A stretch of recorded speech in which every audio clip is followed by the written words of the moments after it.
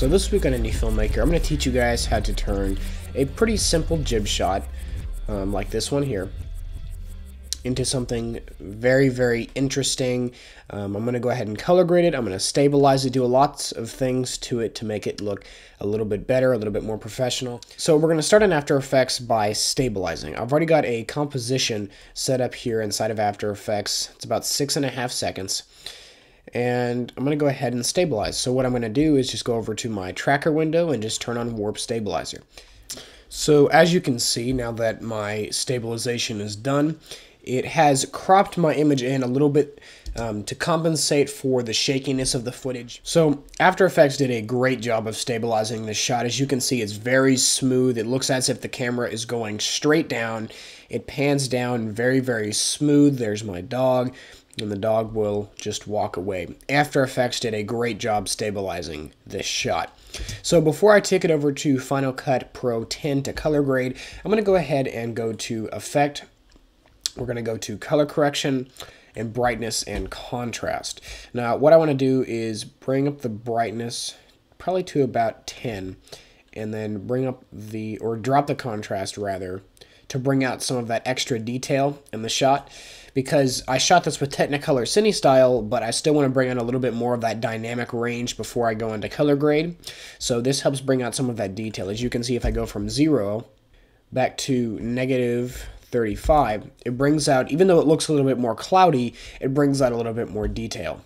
So let's go ahead and go to File, Export, Add to Render Queue. I'm going to go ahead and change this here to my liking. So what I typically do is I do QuickTime, and I'm going to go ahead and use ProRes 422 high quality, set the quality to 100. Since this is only 6.5 seconds, it'll be about 100 megabytes, but you know, because it's so short, I can go ahead and do that. Typically I would use H.264, but this is fine for now, and everything else is looking good. So if we go ahead and click OK, I'm going to change this to jib down stable, and we're going to go ahead and click Save, and then click Render. So here we are inside of Final Cut Pro 10, and as you can see, everything is looking great. ProRes did a great job of preserving the quality in this image. It kept everything very, very smooth. Everything looks really great, so I'm very happy with how that came out, thanks to After Effects. So now we're going to go ahead and make 2 corrections over here in the inspector. The first one is going to bring back some of that contrast, and the second one is going to be for style. So let's go ahead and open up correction 1, and as you can see, I'm already in exposure. So what we need to do is drop this global just to about -8. As you can see, but yeah, I'm going to go ahead and do -7, -8, that's fine. Then drop the shadows to -7, -8 in that range, and then bring up the highlights to about +8. And what this does is this brings back that really, really nice, rich image, but it brought out a lot more detail so that my color grade will look a little bit nicer later. So now what I'm going to do is do an indie filmmaker kind of cheat, I suppose, because I don't have an anamorphic camera, but I can simulate anamorphic by cropping the top 66 pixels and the bottom 66 pixels. And this is an anamorphic aspect ratio. So that looks pretty good. And what we need to do now is actually begin the color grade. So if I come into correction 2, oops, that's correction 1. So if you come into correction 2 this time, you can go over to color. Now I've already got some presets that I like. I've built some for myself, like this simple cross process where you make a triangle with your highlights, midtones, and shadows. And then sometimes if I bring down the saturation just a bit, that looks pretty nice. Maybe like -20 or so.